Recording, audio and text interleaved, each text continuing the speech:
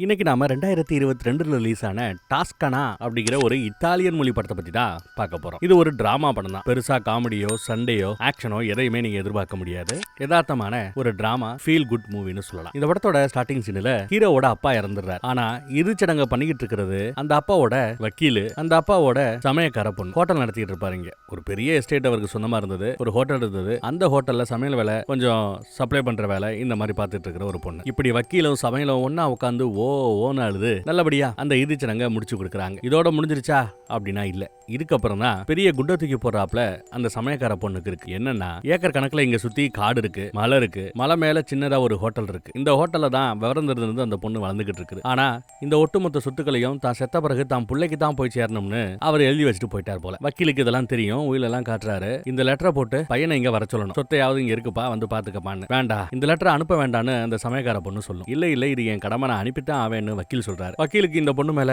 கொஞ்சம் ஒரு ஈர்ப்பு போல. அதே சமயம் அந்த பக்கம் நம்ம ஹீரோவை காட்டுறாங்க. ஏதோ ரொம்ப அழகா நம்ம வீடு கட்டுறதுக்கு பிளான் போடுறாப்ல தட்டுல சாப்பாடை எப்படி வைக்கணுங்கிறதுக்கு ஒரு பெரிய பிளான். அப்படியே ஒவ்வொன்னா அடுக்கி வச்சு பாத்தீங்களா, இப்படித்தான் பிரசன்ட் பண்ணணும் கஸ்டமருக்கு. கத்துக்கங்க. அடுத்து ஏதோ ஒரு முக்கியமான கிளைண்ட் இங்க வர போறாராம். கிளைண்ட்டை விட ஒரு இன்வெஸ்டர் வர போறாருன்னு சொல்லலாம். அவரு நாம கொடுக்க போற சாம்பிள் எல்லாத்தையும் சாப்பிட்டு பார்த்துட்டு ஆஹா ஓஹோன்னு சொல்லணும். உங்களோட சர்வீஸை பார்த்துட்டு சூப்பர்னு சொல்லணும். அப்பதான் நமக்கு இன்வெஸ்ட்மெண்ட் வரும், நம்மளால இன்னும் பெட்டரா பண்ண முடியும். சொதப்பிடாதீங்கன்னு சுத்தி இருக்கிற ஆட்கள் அதையும் திட்டிட்டு இருக்கிறார். அந்த இன்வெஸ்டரை கொண்டு வரத இதோ இங்க இருக்கிற நம்ம ஹீரோவோட பிஏன்னு வச்சுக்கலாம். எல்லா வேலையும் பண்ணும், என்ன வேலை கொடுத்தாலும் செய்யும். இவங்க இப்போ ரெண்டு பேரை நம்பிக்கிட்டு இருக்காங்க. ஒருத்தர் ஒரு இன்வெஸ்டர் இங்க வந்து சாம்பிள் பண்ண போறாரு, சாப்பிட்டு பார்க்க போறாரு. இன்னொருத்தவங்க ஒரு இன்வெஸ்ட்மெண்ட் கம்பெனி. அந்த இன்வெஸ்ட்மெண்ட் கம்பெனியோட சேர்ந்து தான் நம்ம ஹீரோ இவ்வளவு நாளா இந்த இவ்வளவு பெரிய ரெஸ்டாரண்ட்டை சிட்டிக்குள்ள நடத்திக்கிட்டு இருந்தார். அந்த கம்பெனி போதுமான அளவு காசை போட்டு பார்த்துருச்சு. இதுக்கு மேல நான் போடுறதுக்கு ஒண்ணும் இல்லைன்றுச்சு. அதனால தான் ஒரு தனி இன்வெஸ்டரை கொஞ்சம் உள்ள கொண்டு வந்துட்டு கொஞ்சம் ஷேர் கொடுக்கலாம், பணம் கிடைக்கும், அந்த ஃபண்டை வச்சு ஏதாவது சமாளிக்க முடியுமான்னு பாக்குறாரு. இவர் ரொம்ப முன்கோபி. அந்த கோவமே இவருக்கு பிரச்சனையா வந்து நிற்கும். இப்போ அவருக்கு லெட்டர் வருது. ஓபன் பண்ணி பார்த்தா இந்த மாதிரி அப்பா இறந்து போயிட்டாரு, ஒரு 3/4 கோடிக்கு சொத்து இருக்கும், வந்தீங்கன்னா எல்லாத்தையும் டீடைலா எக்ஸ்பிளைன் பண்றேன்னு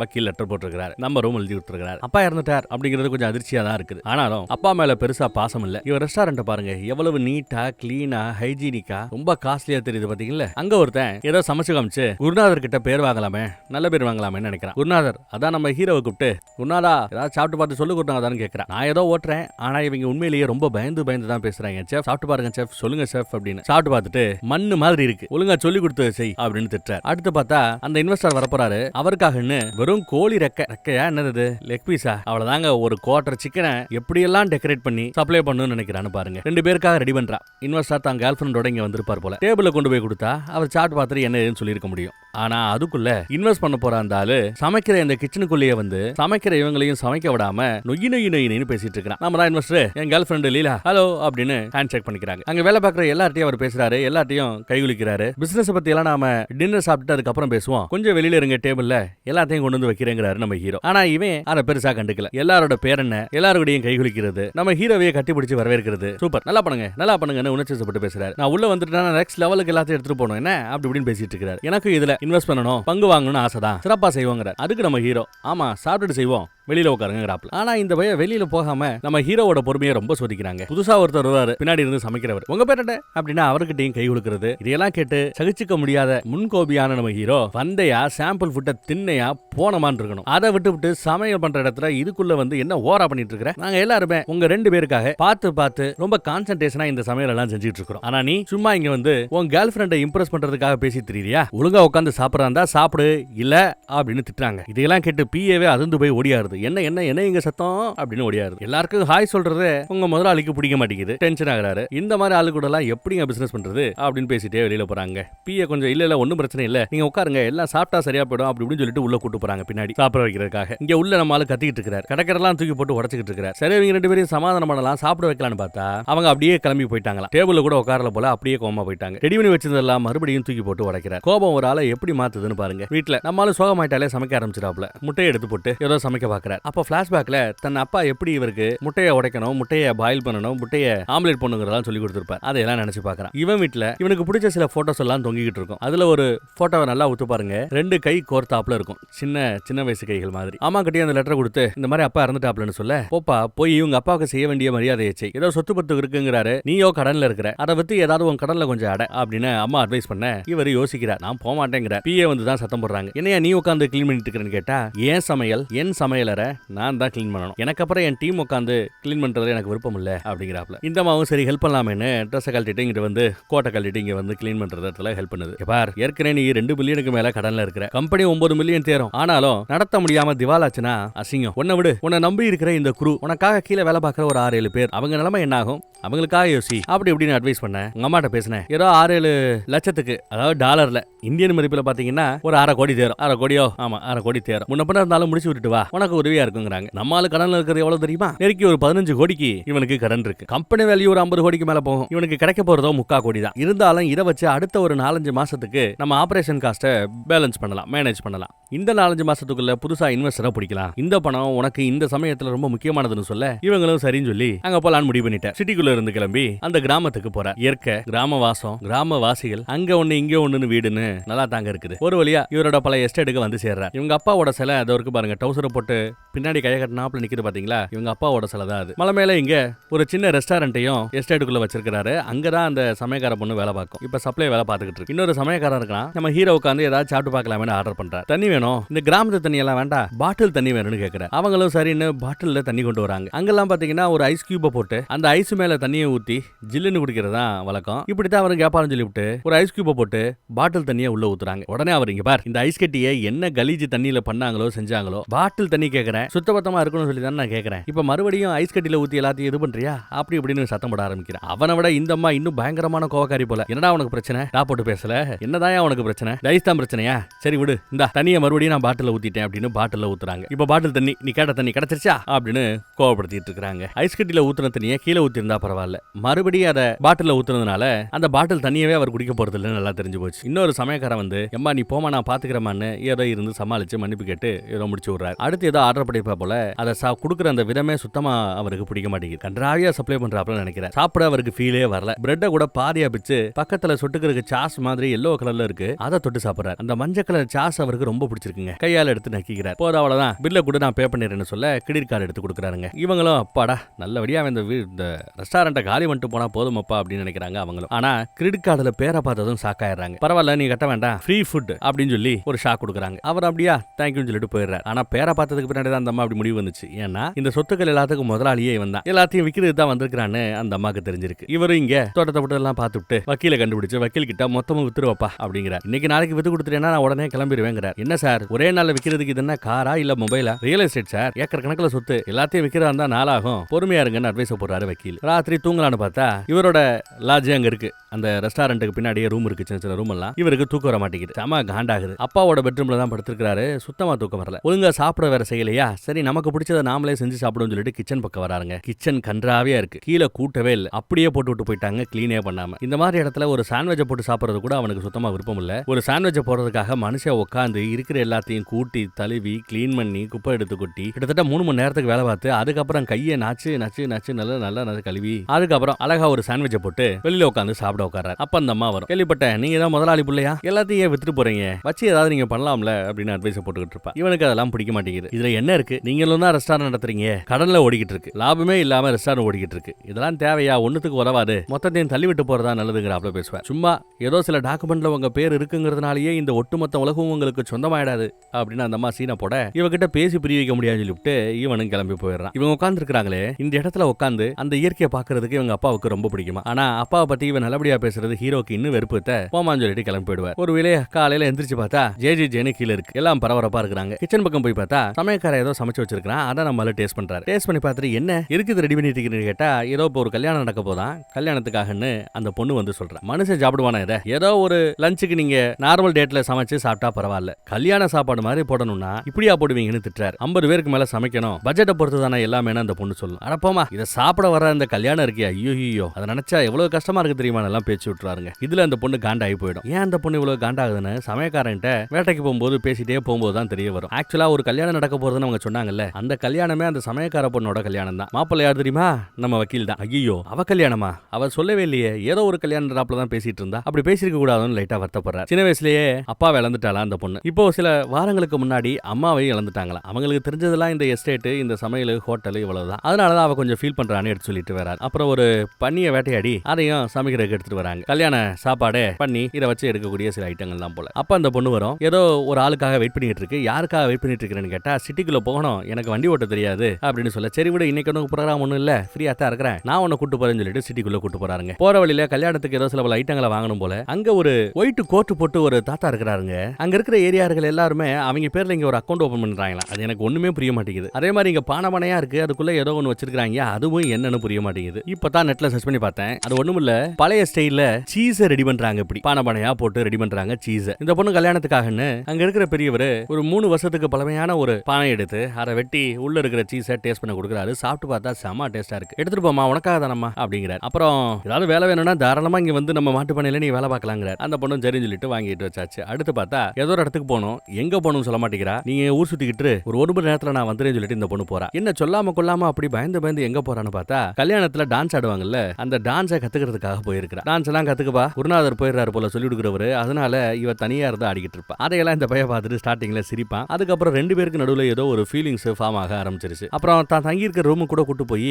இதான் நான் தங்கி இருக்கிற ரூம்னு காட்டுறேன். அங்க ரூம்ல இருக்கக்கூடிய சில போட்டோஸை பார்க்கும்போது, இந்த போட்டோ நான் பார்த்திருக்கிறேன், என் வீட்டுல நானும் ஒன்னு ஒட்டி வச்சிருக்கிறேன், அந்த 2 கைகள் இருக்கே அது யாரோடதுன்னு கேட்பாரு. ஒன்னு நம்ம ஹீரோ, இன்னொன்னு இந்த பொண்ணு. சின்ன வயசுல இவங்க 2 பேரும் ஃப்ரெண்ட்ஸா. என்னமா சொல்லவே இல்லையேன்னு கேட்டா, சொல்லி இருந்தாலும் உனக்கு தெரிஞ்சிருக்காது, அப்புறம் சொல்லி என்ன பிரயோஜனம் அப்படிங்கிறாங்க. கரெக்டா தானே சொல்றாங்க. அந்த பக்கம் வக்கீல் லோக்கல்ல இருக்கிற ஒரு பணக்காரரை பிடிச்சிட்டாப்ல. இவர் இந்த எஸ்டேட் இந்த ஒட்டுமொத்த ஐட்டத்தையும் வாங்கிக்கிறதுக்கு ஓகே தான் ஃபீல் பண்றாரு. ஆனா அரை கோடிக்கு தான் கேட்கிறார். 3/4 கோடி பெருமானம் இருக்கும், அரை கோடியிலேயே முடிச்சுக்கலாங்கிற. நீ ஹேண்ட் ஷேக் பண்ணாலே ஓகே, கை கொடுத்தாலே டீல் ஓவர்னு நினைக்கக்கூடிய பழமையான ஒரு ஆள், கிராமவாசி. சொன்னதுதான், அக்ரிமெண்ட்ல கையெழுத்து போட்டாதான் அப்படின்லாம் இல்ல. ஆனா நம்ம ஹீரோ இல்ல 3/4 கோடிக்கு தான் நீங்க வாங்கிக்கங்க அப்படின்னு அவர் கை கொடுக்க பாக்குறாரு. இவர் ஒத்துக்க மாட்டேங்கிறார். இப்படியே போகும்போது டப்புன்னு நம்ம ஹீரோக்கு ஒரு ஐடியா வருதுங்க. சரி இங்க பாருங்க, இங்கெல்லாம் செஞ்சா சூப்பரா செய்யலாம், நல்லா கொண்டு வரலாம், இங்க இருக்கிறவங்களுக்கு இதை எப்படி செய்யணும், எப்படி கொண்டு வரணும் தெரியல. ஒன்னு பண்றேன், இந்த பொண்ணு கல்யாணம் நடக்க போகுது இல்ல, அந்த கல்யாண ஈவெண்ட்ல நாங்க ரெஸ்டாரண்ட்டை ஒரு நாளைக்கு மெயின்டைன் பண்றோம், எப்படி மெயின்டைன் பண்றோம், எப்படி இந்த இடத்த மாத்துறோம், என்ன பண்றோம், எவ்வளவு டேஸ்டா கொடுக்குறோம், இதெல்லாம் பாருங்க. அது உங்களுக்கு பிடிச்சாப்ல இருந்தா 3/4 கோடிக்கு நீங்க எடுத்துக்கங்க. ஒரு கால அது உங்களுக்கு பிடிக்கல, திருப்திகரமா இல்லன்னு நினைச்சீங்கன்னா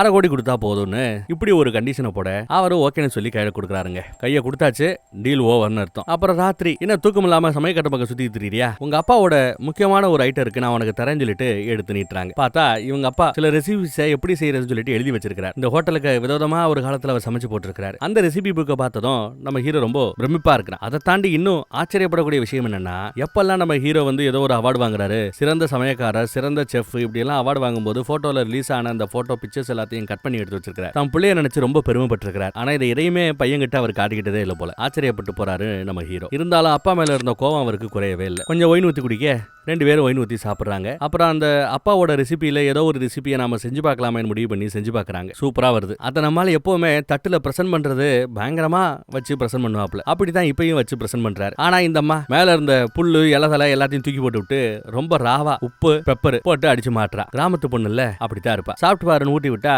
அவனும் நல்லா இருக்கே அப்படின்னு ஃபீல் பண்றான். அப்புறம் கல்யாணத்துல தன்னோட டீமை இறக்கி எல்லா வேலையும் செய்யலாம்னு சொல்லி செலவு பண்ணி டீமை இங்க வர வச்சு, பின்னாடியே தோட்டத்துல இருந்து காய்கறிகளை பிடுங்கி, அதுக்கும் பக்கத்துல மாட்டு பண்ண இருக்கு, அங்க இருந்து சீஸ் வாங்கி, இங்கேயே தேன் கிடைக்கும் காட்டுக்குள்ள, நான்வெஜ் கிடைக்குது, பறவை கிடைக்குது, சமைக்கலாமே உட்கார்ந்தவருக்கு இதெல்லாம் ரொம்ப பிடிச்சு போச்சு. சூப்பரா சமைக்க ஆரம்பிக்கிறாங்க. டீம் பார்த்து செய்ய ஆரம்பிக்கிறாங்க. பிரசன்டேஷனும் வேற லெவல்ல இருக்கும். அங்கேயே அந்தம்மா ஒரு பிரெட்டை எவ்வளவு அழகா தட்டணும், மாவை எப்படி இது பண்ணணும், எப்படி பேக் பண்ணணும் சொல்லி கொடுக்குது. அதையும் ஒருத்தன் அழகா கத்துக்கிட்டு செஞ்சு காமிக்கிறாங்க. சாப்பிட்டு பார்த்துட்டு சூப்பரியா அருமையா இருக்குன்னு இந்த பொண்ணு பாராட்டுறா. நம்ம ஹீரோவும் பார்த்துட்டு ஃபேண்டாஸ்டிக் 10 out of 10 அப்படின்னு பாராட்ட அந்த பையனை கையில பிடிக்க முடியல. செம சந்தோஷம். அப்புறம் சாப்பிடுற இடத்தையும் ரெடி பண்ணணும். குப்பை எல்லாத்தையும் தூக்கி போட்டு நீட்டா ரெடி பண்ணிட்டு இருக்காரு. அடுத்த நாள் கல்யாணங்க. ஆனா இந்நேரத்துல போய் இந்த இளவு ஃபீலிங்ஸ் அவருக்கு வந்து தொலைந்துருது. டப்புன்னு முத்தம் கொடுத்துறாரு. அதுக்கப்புறம் தான் நாளைக்கு கல்யாணம் ஆகக்கூடிய ஒரு கல்யாண பொண்ணு நினைச்சுக்கிட்டு அப்படியே விலகி போறாரு. அப்ப அந்த ஆத்தி சும்மா இருக்குதா, அது ஓடி போய் ஏன்டா விலகி போறேன்னு அது முத்தம் கொடுக்குதுங்க. இப்படி அன்பை மலை மாதிரி பொழிஞ்சிட்டாங்க ராத்திரி ஃபுல்லா. ஆனா அடுத்த நாள் இன்னொருத்தையும் கூட இந்த அம்மாவுக்கு கல்யாணம். இங்கதான் வச்சு சொல்லிருப்பாப்ல, இந்த மாதிரி உன் கல்யாணத்துக்கு ஏன் செலவுலையே ஏன் டீமை வச்சு கல்யாண சாப்பாடு போடுறேன், சிறப்பா பண்றேன் சொல்லிருப்பாப்ல. அதுல இந்த பொண்ணு இம்ப்ரெஸ் ஆயிருக்கும். காலையில கொஞ்சம் லேட்டா தான் எந்திரிப்பாரு. பொண்ணை தேடி பாக்குறாரு, பொண்ணு அங்க எங்கேயுமே இல்ல. சுத்தியும் முத்தியும் தேடி பாக்குறாரு, எங்கேயும் இல்ல. பார்த்தா அந்த பக்கம் கல்யாண ட்ரெஸ் போட்டு பாக்குறாங்க. அந்த ட்ரெஸ்ல பார்த்துட்டு சூப்பரா இருக்கு அப்படின்னு பாராட்டுறான். ஏதோ பேச வர போறான், ஃபீலிங்ஸை காட்ட பாக்குறான். ஆனா அந்த பொண்ணு கட்டன் ரைட்டா பேசுது. கோவமா இருக்குது. என்ன கேக்குதுன்னா, ஏப்பா கேள்விப்பட்டேன் வக்கீல் சொன்னாப்ல ஏதோ பெட் கட்டி இருக்கிறியாமே, அதுக்காக தான் இழுத்து போட்டு எல்லா வேலையும் செஞ்சிட்டு இருக்கிறியா, நான் கூட எனக்காக மெனக்கட்டி இதெல்லாம் செஞ்சிட்டு இருக்கேன்னு நினைச்சேன், கடைசியில உன் புத்தியை காட்ட பாத்தியா நீ அப்படின்னு பேச, இவர் கோவப்பட்டு ஏதோ பேச பலார்னு ஒரு அரை ஆளு, நீ ஃபெயிலியர், உன்னோட சேர்ந்து இங்க உட்காந்தனா நானும் ஃபெயிலியர் ஆயிடுவேன்னு சொல்ல பல அரவிட்டு இருப்பா. அப்படியே கோவப்பட்டு அங்கிட்டு போயிடுறான். இந்த அம்மா அவன் மேல கோவப்பட்டுட்டு கல்யாணத்தையும் கண்டினியூ பண்றா. மாப்பிள்ள நம்ம வக்கீல் வந்துட்டாரு, சொந்த பந்தம் வந்துருச்சு, பக்கத்து வீட்டுல இருந்து லாஸ்ட் வீடு வரைக்கும் வந்தாச்சு, எல்லாரும் முன்னாடியும் கல்யாணமும் இப்ப நடக்க போகுதுங்க. அவர் சம்மதம் சொல்லிட்டார். இப்ப இந்த அம்மா சம்மதம் சொன்னா முடிஞ்சு போச்சு கல்யாணம். ஆனா அந்த பக்கத்துல இருந்து நம்ம ஹீரோ அவ சொல்ல மாட்டான்னு காத்துக்கிட்டு இருக்கிறார். இவளும் திரும்ப திரும்ப அவரையே பாக்குது. கடைசியா போட்ட சண்டை தானே மனசுல நிக்கும். கல்யாணத்துக்கு சம்மதம் சொல்லிட 2 பேருக்கும் சிறப்பா கல்யாணம் முடிஞ்சிருச்சுன்னு அனௌன்ஸ் மட்டும் கொடுத்துறாங்க. கல்யாணம் முடிஞ்சிருச்சுங்க. அடுத்து டான்ஸ் சாப்பாடு தான் பரபரப்பா நடந்துகிட்டு இருக்கு. சாப்பாடு நம்ம பசங்க சூப்பரா சர்வ் பண்ணிட்டு இருக்காங்க. நம்ம ஹீரோ மாப்பிள்ளை பொண்ணு பக்கமே போகாம இருக்கிறார். ஆனா மாப்பிள்ளை வக்கீல் விடாம கூடு சூப்பரா செய்றீங்க வைக்கிறீங்க, செமையா இருக்கு, வாழ்த்துக்கள் அப்படி இப்படின்னு சொல்லிட்டு பாராட்டி எல்லாம் பேசிட்டு இருக்கிறார். ஆனா அவர் விலகி போவதற்கான காரணம் என்னங்கிறது நம்ம வக்கீலுக்கு மாப்பிள்ளைக்கு தெரியாது. விட்டா இவனோட கல்யாணத்தை நிப்பாட்டி இருப்பாப்ல. இது தெரியாம நல்ல நாட்டம் நம்மால அவனை நம்பி பேசிட்டு இருக்கிறாப்ல. போய் நல்லபடியா ட்ரெஸ் பண்ணிட்டு வாங்க, எங்களோட உட்காந்து சாப்பிடுங்கன்னு மாப்பிள்ளை கூப்பிட இதோ வரேன்னு சொல்லிட்டு போனவர் வரவே இல்லைங்க. ஸ்விமிங் பூல் ஏரியா பக்கம் உட்காந்துட்டு தரக்கடிச்சிட்டு ஏதோ நினைப்புல பிடிச்ச எதுவுமே என் வாழ்க்கையில அமையல. இந்த பொண்ணு மேல கடைசியா ஏதோ ஒரு ஃபீலிங்ஸ் வருது. ஆனா அதுக்குள்ள அவளுக்கு கல்யாணம் ஆயிடுச்சு. எப்படி இருக்கு அவனுக்கு? தன் அப்பாவோட இவர் ஸ்விமிங் போனதெல்லாம் ஞாபகத்துக்கு வருது. குடிச்சிட்டு இருந்த வேற டப்புன்னு உள்ள கவுந்துட்டாரு. சூசைட் பண்ண முயற்சி பண்ணாரான்னு கூட எனக்கு தெரியல. ஆனா உள்ள முங்க கிடக்குறார். நல்ல வேலை அங்க வேலை பார்க்குற ஒருத்தவர் தான் அவரை காப்பாத்தி வயிற்று அமுக்கி விட்டு தண்ணியை வெளியில எடுத்து ஏதோ காப்பாத்தி விட்டுருப்பார். காலையில இவர் நல்லபடியா முழிக்கிறாப்ல. தான் அப்பாவோட செலை ஒண்ணு இங்க இருக்கும். அதுல மத்த ஆட்கள மாதிரி இவரும் ஒரு எக்ஸ்ட்ராடினரி மனிதர் அப்படின்னு எழுதியிருக்கும். நீ எல்லாம் ஒரு எக்ஸ்ட்ராடினரி ஆளாயா? ஏயா நீ ஒரு சாதாரண சராசரி தகப்பனா கூட இருந்திருக்கியான்னு எனக்கு தெரியல. அப்படி இருந்திருந்தா என்ன வேண்டான் இருப்பியா? எங்க அம்மாவை வேண்டான் இருப்பியா? எங்க அம்மா போகும்போது நில்லுன்னு நீ தடுத்திருக்க மாட்ட? நீ எல்லாம் அப்பனா அப்படின்னு கேட்டு அந்த சிலையை அடிச்சு நொறுக்கிட்டாப்லங்க. தன் அப்பாவுக்கு தான் மேல பாசமே இல்ல நினைச்சு அடிச்சு நொறுக்கிட்டார். ஆனா சிலை அடிச்சு நொறுங்கி விழுந்து கிடக்குது. அதுக்கப்புறமே இவரோட கோவம் அடங்குதா? கோவம் அடங்கல. அப்பயும் கோவத்தோட தான் தெரியுது. அப்புறம் மறுபடியும் சிட்டிக்கே போயாச்சு. மறுபடியும் அவர் ரெஸ்டாரண்ட் நடத்துறாரு. ஆனா இந்த தடவை இவரோட நடவடிக்கையில நிறைய மாற்றம். சமைச்சு காமிக்கிறவங்க கிட்ட எல்லாம் நல்லா இருக்கு, இதை மட்டும் கொஞ்சம் எக்ஸ்ட்ரா ஆட் பண்ணிட்டா போதும், இன்னும் சூப்பரா இருக்கும் எல்லாம் சொல்லி கொடுக்குறாரு. சிரிச்சு பேசுறாரு. இதெல்லாம் நம்ம பசங்களுக்கு ஒரு மிகப்பெரிய மாற்றமா தெரியுது. அம்மா கூட பரவாயில்லையடா, ரொம்ப தேறிட்டியடா, சூப்பரா அப்படின்னு பாராட்டுறாங்க. ஒரு நாள் வீட்டுல இருக்கும்போது அம்மா கிட்ட அந்த கைகோர்த்தாப்புல இருக்கிற போட்டோவை எப்பமா எடுத்தேன்னு கேட்டா, அது நம்ம ஊருக்கு கிளம்புறதுக்கு கொஞ்சம் முன்னாடி எப்பவுமே நீயும் அவளும் ஒன்னா விளையாண்டுகிட்டே இருப்பீங்க, பிரிக்கவே முடியாது உங்க 2 பேரையும். அன்னைக்கு என் கையில போட்டோ இருந்துச்சு, உங்களை எடுக்கலாம்னு நினைச்சேன். ஆனா இவ்வளவுதான் அந்த செகண்ட்ல என்னால பெஸ்டா எடுக்க முடிஞ்சது. அதுக்கப்புறம் உங்க அப்பாவை நானும் புரிஞ்சிட்டோம். நீ உங்க அப்பா மேல கோவமா இருக்கிற. கடைசி வரை நாங்க பிரிவுக்கு உங்க அப்பா மட்டும் தான் காரணம் நினைக்கிறேன். ஏன் உங்க அம்மா ஏன் காரணமா இருக்க கூடாது? 2 பேரும் சேர்ந்து பிரிறாங்கன்னா 2 பேரும் காரணமா இருக்கணும்ல. நீ என்ன மட்டும் நல்லபடியா பாக்குற, நல்லபடியா பழகுற, பாசமா பாக்குற, ஆனா உங்க அப்பாவே அப்படி வெறுக்கிறேன்னு சொல்லி அவங்க ஒரு அட்வைஸ் போட ஆள் ஒரு மாதிரியா மாறிட்டார். இதுக்கிடையில பெட் கட்டினாப்ல இல்ல, பெட்ல இவர் தான் ஜெயிச்சிட்டார். எல்லாம் தரமா இருக்கும். அதனாலேயே அவரு 3/4 கோடிக்கு வாங்கிக்கிறதுக்கு ரெடின்னு சொல்லி பணத்தையும் அமுச்சு விட்டு டீலும் நல்லபடியா க்ளோஸ் ஆயிடுச்சு. பணம் வந்துருச்சு. இப்ப புதுசா பணம் வந்திருக்குல்ல, ஏதோ ஒரு பில்டிங் ரெனோவேட் பண்ணி ஃபுல்லா ஒரு 5 ஸ்டார் ஹோட்டல் மாதிரி உருவாக்கலாம் சொல்லி அது சம்பந்தமா பார்த்து பேசிட்டு இருக்காங்க. ஆனாலும் நம்ம ஹீரோ முகத்துல ஒன்னும் சந்தோஷம் இல்ல. ஏதோ இழந்த ஒரு ஃபீல் தான் இருக்குது. இவரோட கம்பெனில ஏற்கனவே ஒரு இன்வெஸ்டிங் கம்பெனி நிறைய பணம் போட்டிருக்குன்னு சொன்னோம்ல, அந்த கம்பெனியோட சிஇஓ கிட்ட போய் வீட்டுக்கே போய் ஏதோ பார்த்து பேசுறாரு. அவரோட ரெஸ்டாரண்ட் சம்பந்தமா ஏதோ பேசுறாரு. அதுக்கப்புறம் மறுபடியும் சொந்த ஊருக்கு வராரு. 3/4 கோடி பணத்தை கொடுத்துட்டு அங்க ரெனோவேஷன் வேலையை பார்க்கணும்னு நினைச்சிட்டு இருக்காருல பணக்காரர், அவரை வந்து பாக்குறக்கா வராப்ல. வர்ற வழியிலேயே வக்கீல அங்க நிக்க,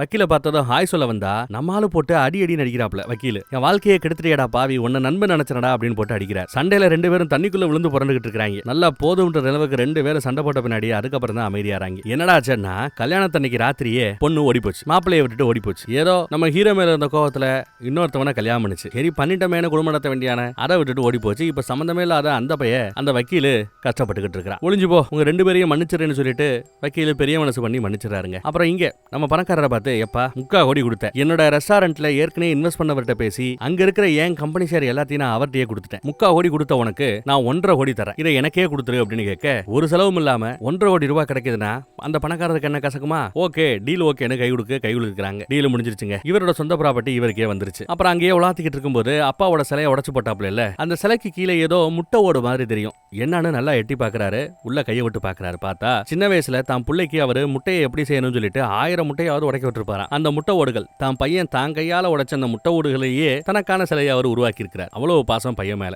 அதையெல்லாம் தெரிஞ்சதும் ரொம்ப ஃபீல் பண்றாப்ல இவர். அப்பா சிலை உடஞ்சு கிடக்கிற சிலையை எடுத்து நகட்டி கொண்டு போய் அவருக்கு பிடிச்ச ஸ்பாட்லயே அந்த இயற்கையை பார்த்தாப்ல உட்கார வச்சுட்டு செத்து போன அப்பாவா அந்த சிலையை நினைச்சு ஏதோ பேசிட்டு இருக்கிறாப்ல. மனசுல இருக்கிற ஆதங்கத்தை எல்லாம் கொட்டி தீர்த்துட்டாருங்க. அதுக்கப்புறம் பார்த்தா தன்னோட டீமையே இங்க கொண்டு வந்து இறக்கிட்டார். டீம் இங்க கிராமத்துல சூப்பரா அதே தரத்துல அதே குவாலிட்டியில அழகா செஞ்சு கொடுத்து பசங்களை அசத்துறாங்க. அந்த கிராமவாசிகள் எல்லாம் மிரண்டு போறாங்க, இவ்வளவு அழகா சமைக்க முடியுமான்னு. நம்ம பிஏ கூட இங்க சர்வ் பண்ற வேலையை பார்த்துக்கிட்டு இருக்கிறா. யாருக்கும் வேலை போகல, எல்லாருக்கும் எதிர்காலம் செக்யூர்டா தான் இருக்குது. அங்கேயும் பாருங்க ஏகப்பட்ட பேர் வந்து சாப்பிட்டுட்டு இருக்காங்க, தரமான சாப்பாடாவும் சாப்பிட்டுட்டு இருக்காங்க. பார்பிக்யூ போட்டுட்டு இருப்பாரு நம்ம ஹீரோ. அப்போ ஒரு வண்டி வந்து நிக்குங்க. வண்டி ஓட்ட தெரியாத நம்ம ஹீரோயின் இப்போ அழகா வண்டி ஓட்டிட்டு வரா. பரவாயில்லையே வண்டி ஓட்ட கத்துக்கிட்டேன்னு இவர் பாராட்டுறாரு. அவங்க நீங்க பரவாயில்ல, கடைசியில உங்க இடத்தோட வேல்யூ உங்களுக்கு புரிஞ்சிருக்கு, நான் எதிர்பார்த்ததை செஞ்சுட்டீங்கன்னு அந்த அம்மா பாராட்டுது. சரி வாயன், ஹெல்ப் பண்ண முடிஞ்சா ஹெல்ப் பண்ணு, என் பிஏக்கு சப்ளை பண்ண பண்ண சுத்தமா தெரியல, சொதப்பிக்கிட்டு இருக்கான்னு சொல்ல, ஓ தாராளமான இவங்களும் ஹெல்ப் பண்ண வராங்க. அப்புறம் இங்க தங்குறதுக்கு ரூம் கிடைக்குமா அப்படின்னு கேட்க, தாராளமா ஏறும் எடுத்துக்கோன்னு அவர் சொல்ல, இவங்களும் சந்தோஷம். 2 பேரும் பழச மறந்து ஒன்னு சேர்ந்துட்டாங்கிறத இதுல நமக்கு அழகா காமிச்சு படம் இந்த இடத்துல முடியுதுங்க. படம் முடியும் போது இவங்க அப்பாவோட சிலை உடஞ்சு கிடந்ததுல அந்த சிலையில இப்போ ஃபர்ஸ்ட் என்ன எழுதியிருந்தாங்க, எல்லாரையும் மாதிரி இவரும் ஒரு எக்ஸ்ட்ராடினரி மனிதர் அப்படின்னு எழுதியிருந்தாங்க. அத நம்ம ஹீரோ அப்ப மாத்தணும்னு நினைச்சிருப்பாரு. ஆனா இந்த தடவை அதை மாத்தல. மாறுதலா அதை இன்னும் மெருகேத்தி அழகா எல்லாரும் படிச்சு பாக்குற ரேஞ்சுக்கு அழகா மாத்தி வச்சுட்டு அப்படியே அவங்க கடந்து போக படமும் இங்க முடியுதுங்க. ஒரு ஃபீல் குட் யதார்த்தமான படம், அவ்வளவுதான். வேற ஒரு நல்ல கதையில மறுபடியும் சந்திக்கிறேன். தேங்க்யூ.